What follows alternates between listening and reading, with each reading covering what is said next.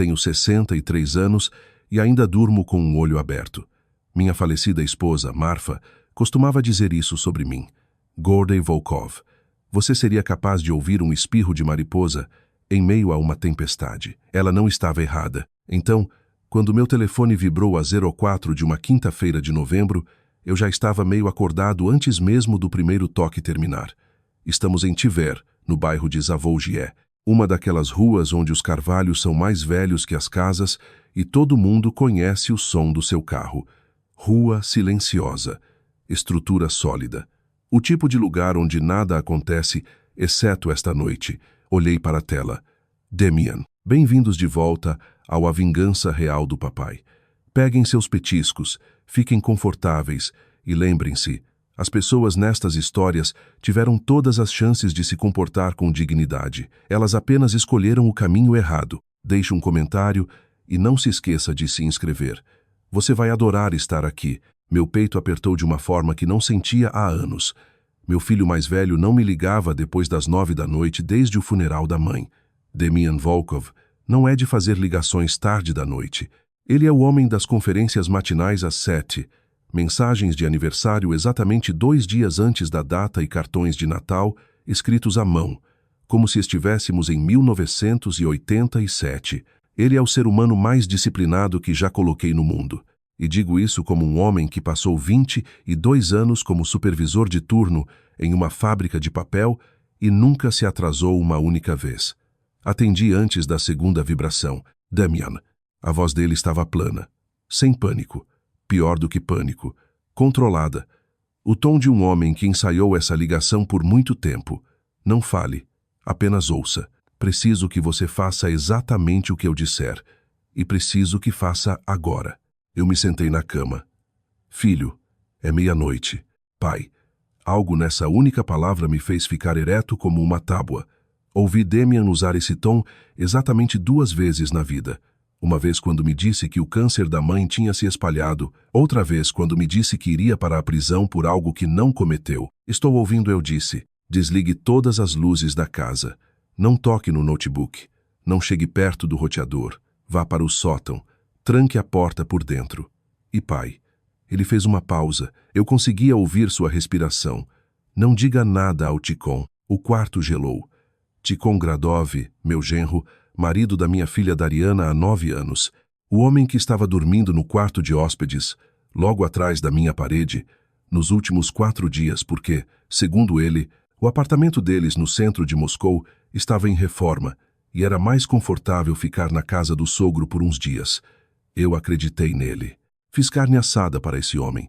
Dei a ele meu melhor conhaque armênio. Damian, sussurrei. Você está me assustando. Ótimo, disse ele. E a voz dele falhou levemente. Fique com medo. Fique quieto e vá. Não fiz mais nenhuma pergunta. Movi-me pela casa no escuro como o fantasma que estava me preparando para ser.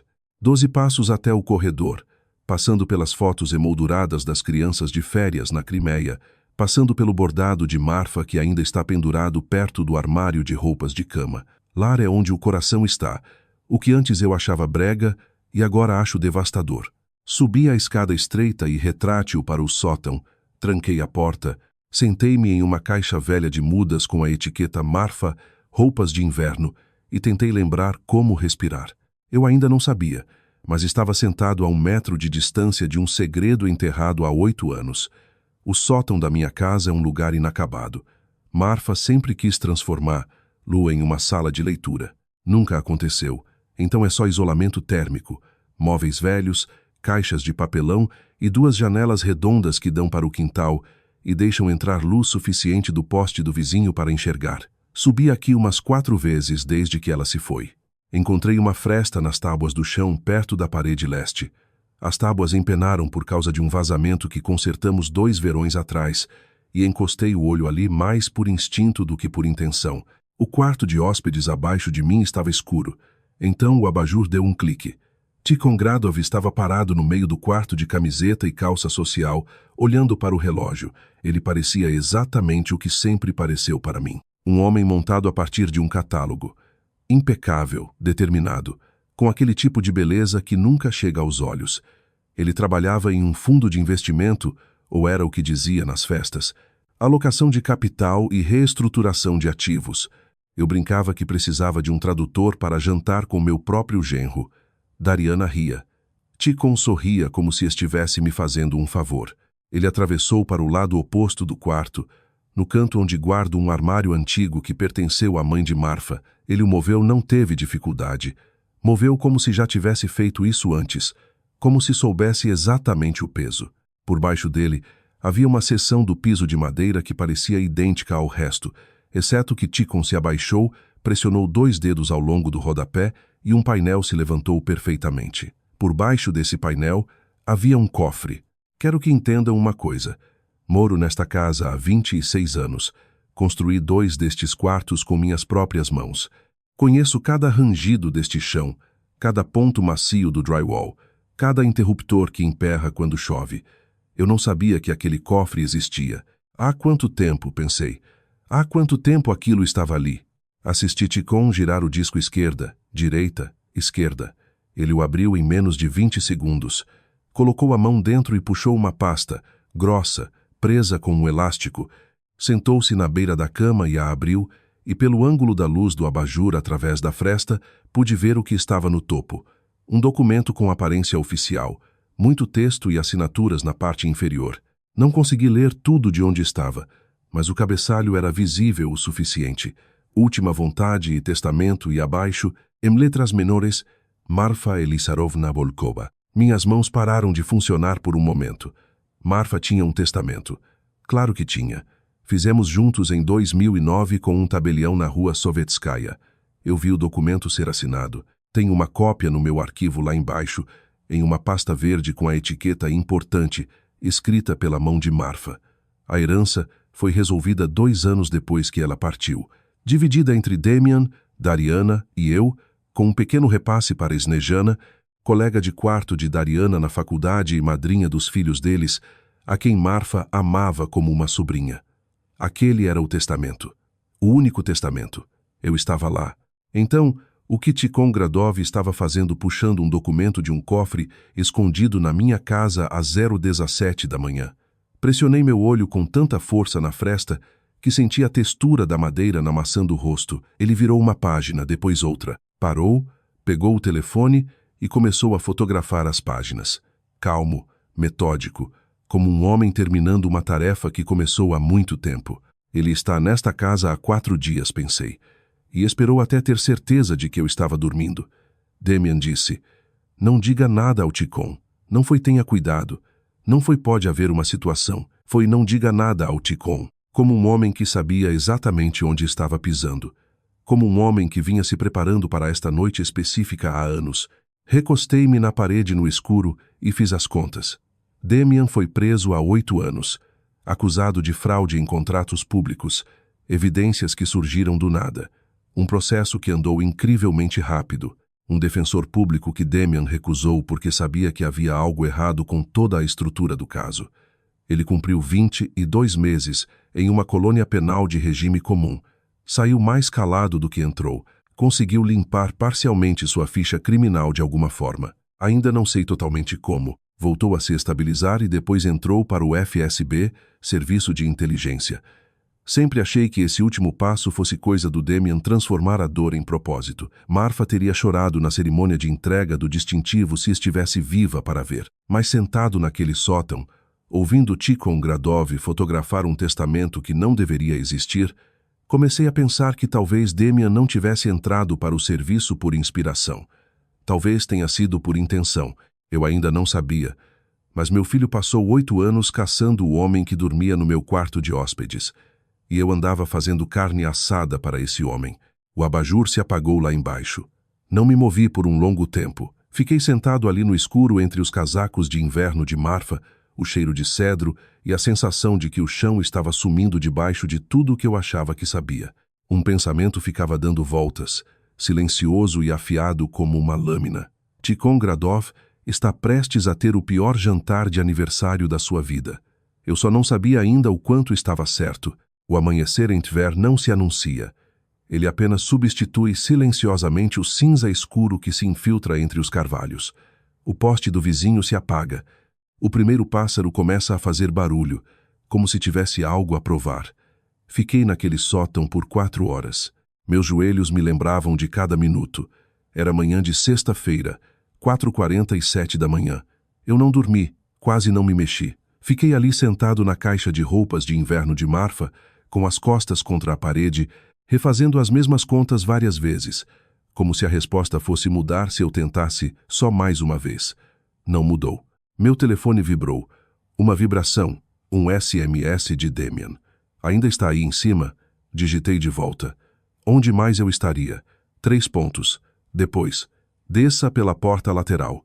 Não acenda as luzes. Ele está aqui. Pensei que ele dirigiria a noite toda. O carro do Damian, um SUV preto que parecia qualquer outro veículo oficial, estava estacionado a 2 casas de distância na rua Viazovaia, com o motor desligado. Saí pela porta lateral de pantufas, como um homem que perdeu totalmente o controle da própria vida, atravessei o quintal no frio de novembro e entrei no banco do passageiro. Meu filho parecia não dormir há 3 dias, o que eu descobriria mais tarde ser verdade. Ele tinha 38 anos, mas parecia ter 45 e estava mais parecido com a mãe do que nunca. A mesma linha do maxilar, os mesmos olhos que não perdiam tempo com o que não importava. Estava com roupas civis escuras, sem distintivo visível, apenas o Damian. Apenas o meu menino sentado no escuro com uma pasta no colo, tão grossa que poderia matar um cavalo. Olhei para ele por um longo tempo. Carne assada? Eu disse. El piscu. O quê? Eu fiz carne assada para aquele homem. Damian. Dei a ele o meu melhor conhaque. Algo passou pelo rosto dele. Não foi bem um sorriso. A sombra de uma lembrança de um. Eu sei, pai. Você poderia ter me ligado antes. Não podia, ele disse baixinho, e ouvi o peso naquelas palavras. O peso jurídico, o peso processual, o peso de 8 anos de espera. Não até ter as provas materiais. Tudo antes desta noite era circunstancial. Eu precisava que ele fosse até o cofre. Virei-me totalmente para ele. Você sabia do cofre? Eu sabia do cofre há 14 meses. O frio lá fora não era nada comparado ao sentimento que se instalou no meu peito naquele momento. Fala, eu disse. Ele falou. Falou por 41 minutos, e eu não o interrompi uma única vez. O que, se você me conhece, é o mais próximo de um milagre que a cidade de Tver já produziu. Começou como todas as piores coisas começam, com dinheiro. A herança de Marfa não era gigantesca a casa, um seguro de vida, uma conta poupança que ela construiu silenciosamente ao longo de 30 anos, juntando cupons e nunca comprando nada pelo preço total. Valor total em torno de 40 milhões de rublos. Não era uma fortuna de oligarca, mas era o suficiente. O suficiente para importar, o suficiente para alguém querer mais do que deveria receber. O testamento original, aquele que vi Marfa assinar numa tarde de terça-feira em 2009 num cartório, enquanto segurava a mão dela, porque ela tinha acabado de terminar a 2ª rodada de químio e a letra dela tremia, dividia tudo em 3 partes iguais, para Damian, Dariana e eu, com um repasse de 1 milhão de rublos para Snejana, a quem Marfa amava desde o dia em que Dariana a trouxe para casa no 2º ano da universidade. Aquele era o testamento, mas o testamento usado para resolver a herança foi diferente. A parte do Damian foi reduzida a uma quantia simbólica de 100 mil rublos, com o restante transferido para a Dariana, o que significava o Ticon, o homem que arquitetou tudo isso, e ficou com o que deveria ser a herança do meu filho, enquanto meu filho estava na prisão por um crime que não cometeu. Como? Eu disse apenas essa palavra. Ele tinha um contato no cartório, disse Damian. Um assistente de tabelião que recebeu dinheiro para trocar os documentos antes do registro. O original foi escondido. Achamos que o Ticon guardou como um seguro, uma prova de que ele conhecia a real vontade, caso alguém algum dia contestasse a herança. Seguro contra quem? Contra a Dariana, disse ele cautelosamente, caso ela algum dia se voltasse contra ele. Fiquei processando aquilo. Ticon Gradov guardava um documento que poderia destruí-lo como uma coleira para minha filha. Guardei esse pensamento no fundo da mente, numa pasta rotulada coisas que resolverei depois, para não dar um soco no painel do carro agora mesmo. E a acusação de fraude? Perguntei. Damian exalou lentamente pelo nariz. Fabricada. Ticon tinha um amigo de faculdade numa corretora. Eles criaram um rastro de papel, transações falsas, contas de fachada que apontavam direto para mim, fizeram uma denúncia anônima para a Polícia Econômica. Em 6 semanas, o caso foi para a promotoria. Ele fez uma pausa. Quero que você entenda como isso foi limpo, pai. Como foi planejado. Não foi impulso. Ele planejou isso antes de pedir a Dariana em casamento. Essa última frase caiu como um tijolo numa vidraça. Antes de propor casamento, Tikhon Gradov planejou a destruição da vida do meu filho como pré-requisito para se casar com minha filha. Sentou-se comigo à mesa da cozinha e pediu a mão da Dariana, já tendo colocado em movimento o plano para mandar o irmão dela para a prisão. Eu ainda não sabia, mas naquele momento algo mudou em mim para sempre. Como um osso que cicatriza errado. Não dá para desver. Por que você não me contou nada disso? Perguntei. Depois que saiu, depois que entrou para o serviço, por que tive que descobrir num sótão à meia-noite? Demian virou-se para me olhar pela primeira vez. Porque você teria ido falar com a Dariana. Silêncio. E a Dariana teria ido falar com o Tikhon. Mais silêncio. E o Tikhon teria fugido. Concluí. Ou coisa pior. Demian disse, ele tinha influência, pai. Sobre o assistente do tabelião, sobre o contato na firma, sobre pelo menos mais 2 pessoas ligadas a isso. Se ele sentisse o cerco fechando cedo demais, pessoas poderiam se machucar. Eu precisava que ele estivesse confortável, que ele andasse por aí achando que tinha vencido. E o cofre monitoramos a casa intermitentemente por 8 meses. Sabíamos que ele o acessou numa visita na Páscoa passada. Só não podíamos entrar sem um mandado e não podíamos conseguir um mandado sem uma causa provável que não viesse apenas da vigilância. Ele quase sorriu. Então esperamos que ele viesse até nós. Você usou minha casa como isca, eu disse. Usei a ganância dele como isca, disse Demian. Sua casa era apenas onde a ganância dele morava. Eu queria ficar bravo com ele. Tentei sentir raiva, mas não serviu bem. Porque debaixo de tudo, debaixo das 4 horas no sótão, da carne assada, do conhaque e dos 22 meses visitando meu filho na prisão e vendo-o sair de lá diferente, calado debaixo de tudo havia algo que parecia. Deus me perdoe. Orgulho. Meu menino tinha feito a coisa certa. O que acontece agora? Perguntei. Demian pegou uma foto na pasta e me entregou. Segurei-a contra a luz cinza da manhã. Era um convite. Papel creme. Letras douradas. Reconheci a letra da Dariana no endereço de remetente. Tikhon e Dariana Gradov. 9 grau aniversário de casamento. Sábado, 14 de novembro, 19. Restaurante Jar Petitsa, centro da cidade.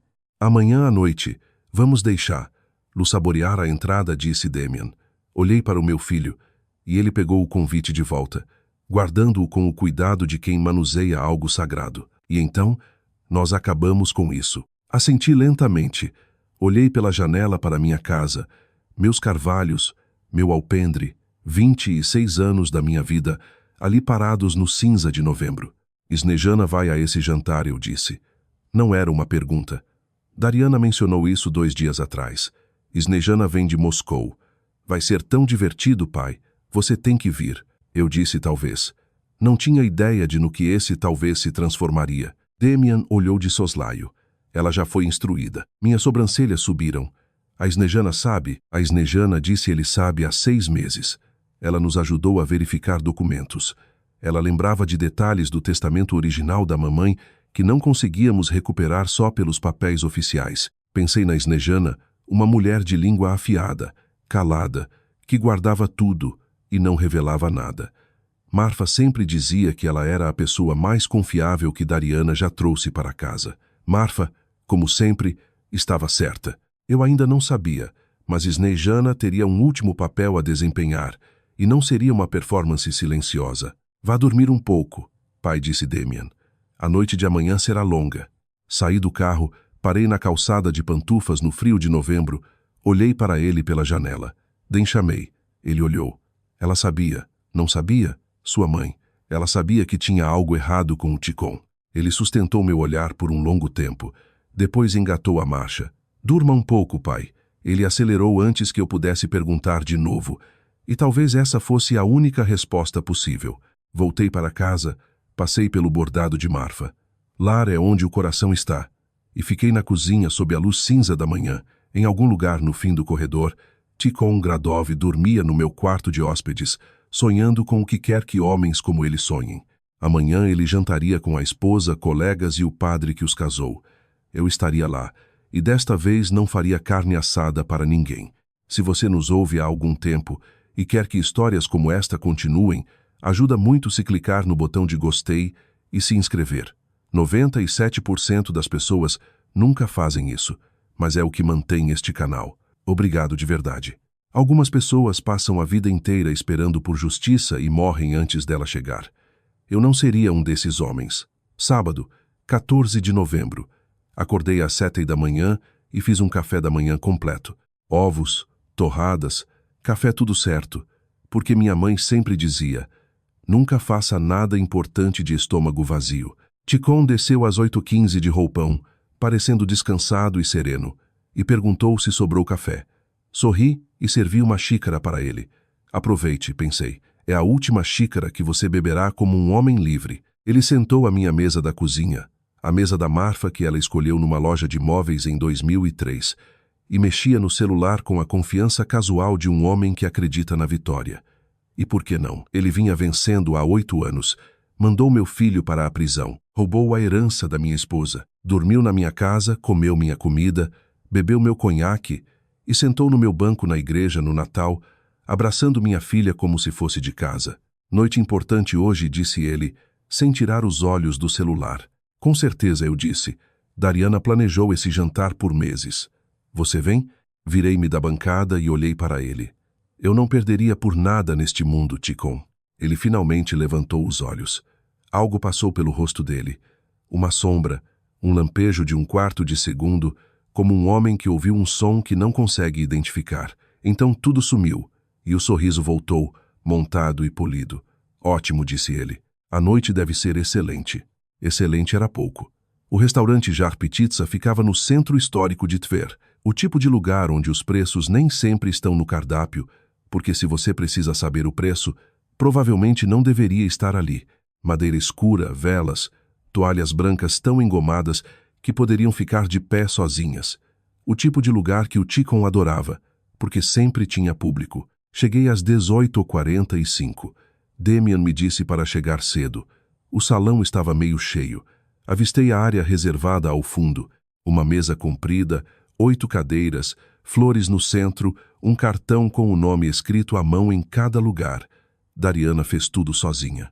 Minha filha passou semanas planejando uma festa para um homem que planejou a destruição da família dela antes mesmo de colocar o anel no dedo dela. Sentei, pedi água e esperei. Snejana chegou às 18h50, e 2 com um vestido vinho, e a expressão de uma mulher que guardou um segredo por 6 meses e estava pronta para soltá-lo. Ela me notou, atravessou o salão e sentou ao meu lado sem dizer nada. Apenas apertou minha mão. Como você está? Perguntou. Me pergunte daqui a 1 hora, respondi. Ela quase sorriu. Marfa teria adorado isso. Marfa, eu disse, teria chegado 1 hora mais cedo e já teria instruído o gerente. Isso causou um sorriso real, curto, triste e sincero. O resto dos convidados chegou às 19h05. 2 casais da firma do Ticon, eu os encontrei em festas de fim de ano, pessoas agradáveis que não faziam ideia do buraco onde estavam se metendo hoje. O padre Grigori, que casou Ticon e Dariana há 9 anos, um homem tão digno que quase doía olhar para ele. E então Dariana, num vestido verde que a deixava parecida com a mãe, rindo de algo que o Ticon disse enquanto entravam juntos. Ela parecia feliz. Isso vai complicar tudo, pensei. Vai complicar bastante. Ticon agia como um político à mesa. Apertos de mão, tapinhas nas costas, aquele riso fácil que usava como ferramenta. Ele servia vinho para todos antes mesmo do garçom chegar. Contava histórias de viagens de golfe, fazendo todos se inclinarem para ouvir. Era magnético da forma que coisas perigosas são, como o fogo. Você se aproxima até o momento em que ele te queima. Ele sentou na outra ponta. Cruzamos olhares uma vez. Ele ergueu levemente a taça na minha direção. Ergui a minha. Aproveite a entrada, pensei. Damian disse. Você vai aproveitar a entrada. As entradas vieram e foram pão, saladas. O clima à mesa era quente de vinho, velas e 9 anos de Dariana, acreditando que se casou com um homem bom. O padre Grigori contava uma história sobre o dia do casamento deles.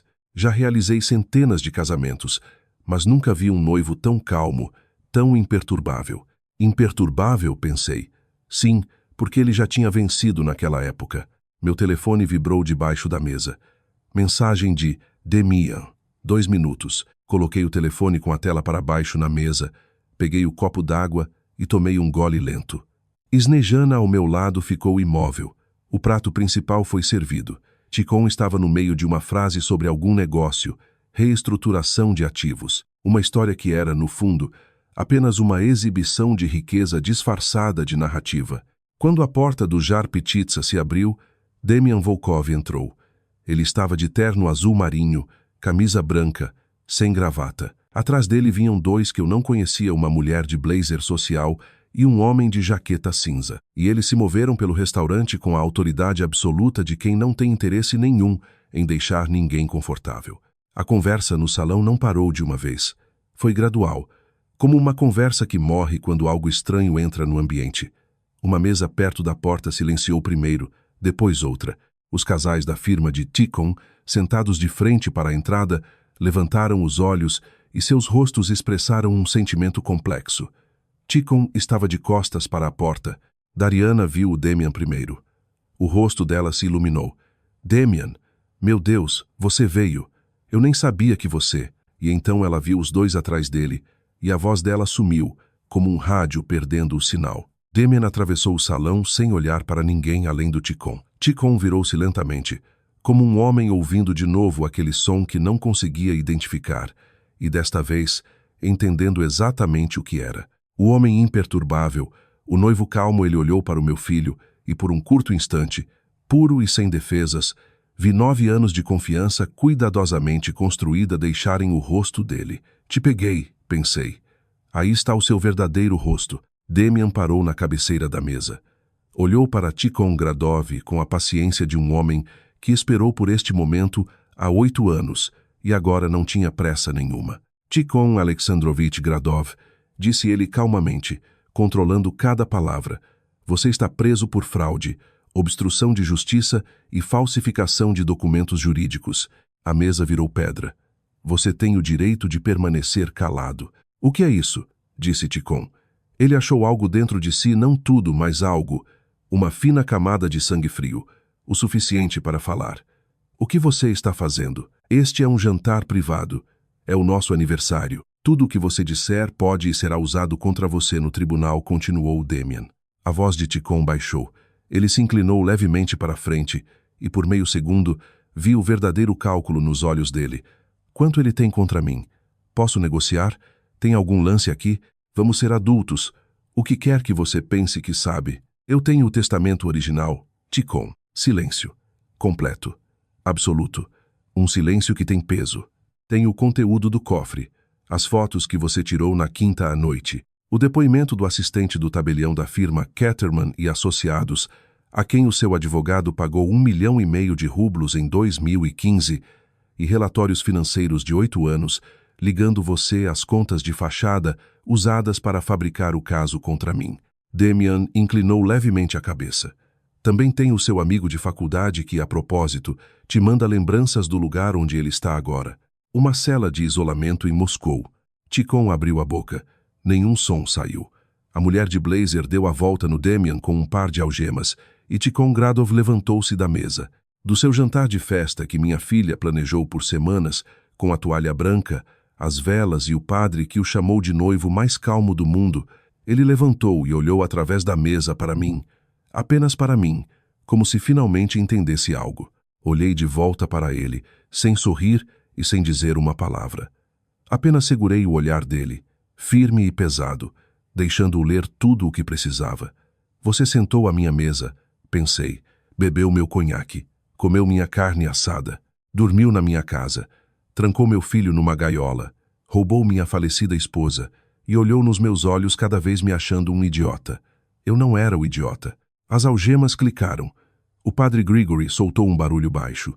Um dos casais da firma, a esposa, afastou-se da mesa como se a cadeira estivesse pelando. Dariana não se mexia, não dizia nada. Estava sentada perfeitamente reta no vestido verde, com as 2 mãos espalmadas na toalha branca, e o rosto dela expressava algo que eu não sabia nomear e para o qual não queria olhar por muito tempo. Essa parte, eu sabia, seria a mais difícil. Os colegas do Damian levaram o Ticon para a saída. Ele não resistiu. O sangue frio tinha voltado para ele quase nada, apenas o suficiente para andar. E acho que isso era o mais honesto nele mesmo no fim. O teatro não parou totalmente. Na porta ele parou, virou-se mais uma vez, olhou para Dariana. Ela olhava para as próprias mãos. Ele saiu. O silêncio no restaurante durou uma eternidade. Mas na verdade foram uns 45 segundos. Então, o garfo de alguém bateu num prato, e o mundo lembrou como seguir em frente. Damian voltou para a mesa, sentou na cadeira do Ticon na cabeceira, olhou para Dariana. Desculpe, disse ele. Sinto muito por não ter podido te contar. Ela levantou os olhos para ele. Estavam secos, o que me surpreendeu. Mas, afinal, era a filha de Marfa. Há quanto tempo? 8 anos, juntando as peças. 6 meses, sabendo o suficiente para agir. O testamento, disse ela calmamente. O verdadeiro testamento da mamãe. Sim, e a minha parte volta para o que a mamãe queria, disse Demia. Igual para todos. E o pagamento para a Snejana também. Dariana olhou ao longo da mesa para a Snejana. Algo passou entre elas, uma conversa inteira, num único olhar. Aquele que mulheres que são amigas desde os 19 anos podem ter sem uma única palavra. Então Dariana olhou para mim. Papai, disse ela, e a voz dela falhou exatamente nessa palavra e em nenhuma outra. Levantei do meu canto da mesa, fui até ela e a abracei como fazia quando ela tinha 7 anos e tinha medo de trovão. E ela se agarrou em mim com as 2 mãos. Estou com você, eu disse. Sempre estive. Ela chorou exatamente uma vez baixinho, rápido. Depois se endireitou, limpou o rosto com o guardanapo de linho branco e olhou para o prato principal intocado à sua frente. A comida é boa aqui? Perguntou ela. Eu pisquei. O quê? A comida? Se é boa? Porque eu escolhi este restaurante. Nunca comi aqui e gostaria de comer alguma coisa. Sentei-me de volta, olhei para o meu filho, para a Snejana, para o padre Grigori, que tinha a cara de quem acabou de ver um sermão de 8 anos se escrever sozinho.